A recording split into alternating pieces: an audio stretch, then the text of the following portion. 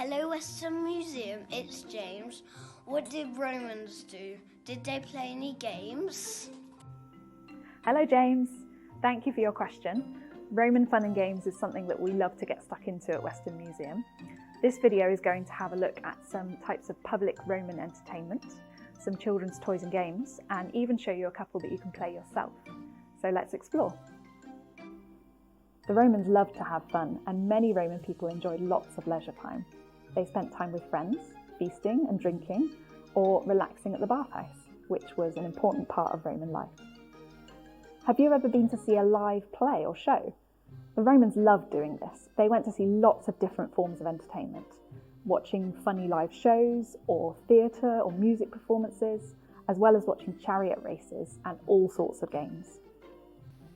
Did you know that there were large amphitheatres all across the Roman Empire, which was where these shows took place?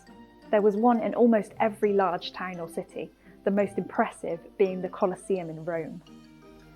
This is where they would hold huge games events with wrestling, boxing, gladiators fighting, sometimes even including animals and maybe even sea battles with real ships. Modern boxing is a popular sport for some today, but gladiator fights in the Roman era were hugely popular and a lot more gory. Many gladiators were slaves or prisoners of war who unfortunately didn't last too long in a fight. But some gladiators could be very successful and even become celebrities. If they lasted long enough, they might even win their freedom and get to retire. One modern myth about gladiator fights is that at the end of the fight, the emperor would decide who got to live and who lost their life by showing a thumbs up or a thumbs down. Usually films show a thumbs up to mean the gladiator would live, and a thumbs down meant to execute him. But actually it was the other way around. A thumbs down meant for swords to be laid down so that everyone lives, and a thumbs up meant to finish the loser off. As well as forms of public entertainment, the Romans liked toys and games. Dice games, ball games, board games. We've done a couple of other videos that look at some of these subjects. One was about toys in the past, another was about the games items that are in our handling boxes. We'll pop a link to these in the description below. Have a think about what toys and games you own. Which of these do you think a Roman child might have recognised? Roman children had similar sorts of toys to those that children still play with today. They had dolls and dolls' houses, balls, and even yo-yos.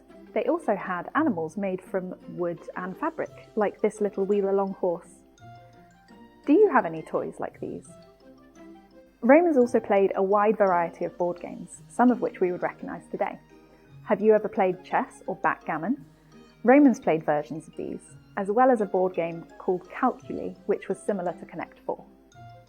Wealthier people would have had beautiful board games and elaborate pieces to play with, but poorer people would have also played games, with pebbles and lines scratched out on the ground.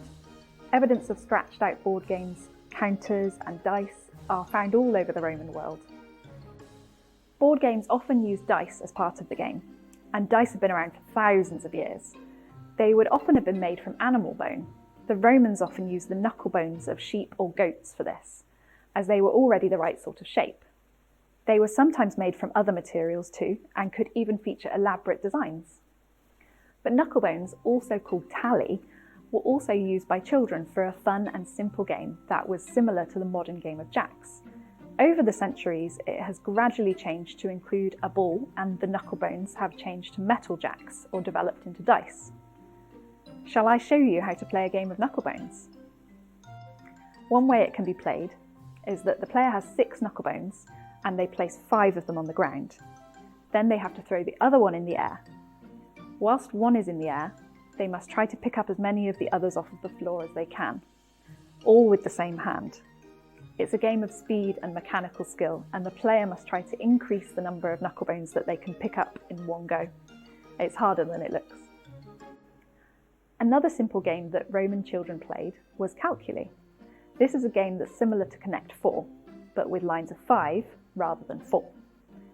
Pairs of players have a board with a grid on it and a handful of counters. The counters are in 2 different colours, one for each player.